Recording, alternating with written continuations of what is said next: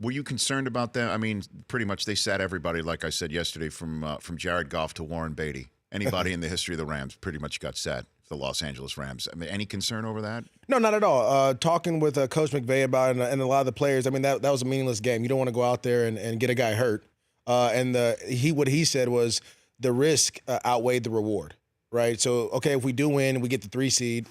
We're the 3 seed. If we lose and some things happen, we still can be the 3 seed, which would happen. So he wasn't too much worried about it. It is what it is, and we go forward. All right, so let me ask you this then. Because the idea was, okay, you rest your starters, smart move. Last thing you want is Gurley to be coming into this game like the same way that LaShawn McCoy is going into the game against Jacksonville. Banged up, not practicing today. Who knows, he won't be 100%. Right. You definitely don't need Todd Gurley in that situation, and he's so crucial to this team.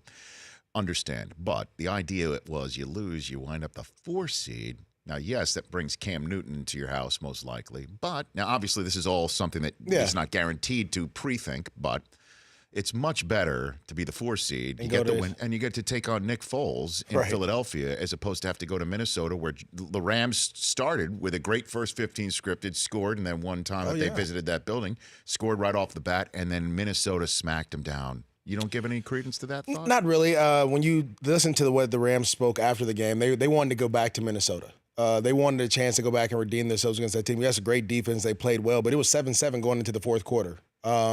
Cooper Kupp fumbled the ball going in. If they would have won in the half 14-7, I think it would have been a different game. So they felt like they had a lot of opportunities out there that they left.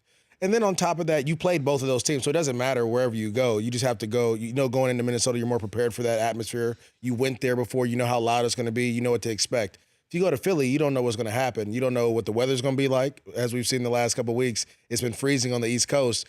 At least Minnesota is a controlled environment. So I don't think they thought about that. I thought when I talked to all the coaches, they were more worried about who they were going to play in the wild card. And, you know, when you hear Coach McVay speak, this defense that they've played, that the Falcons are playing, they've played them against them in Seattle, the same defense.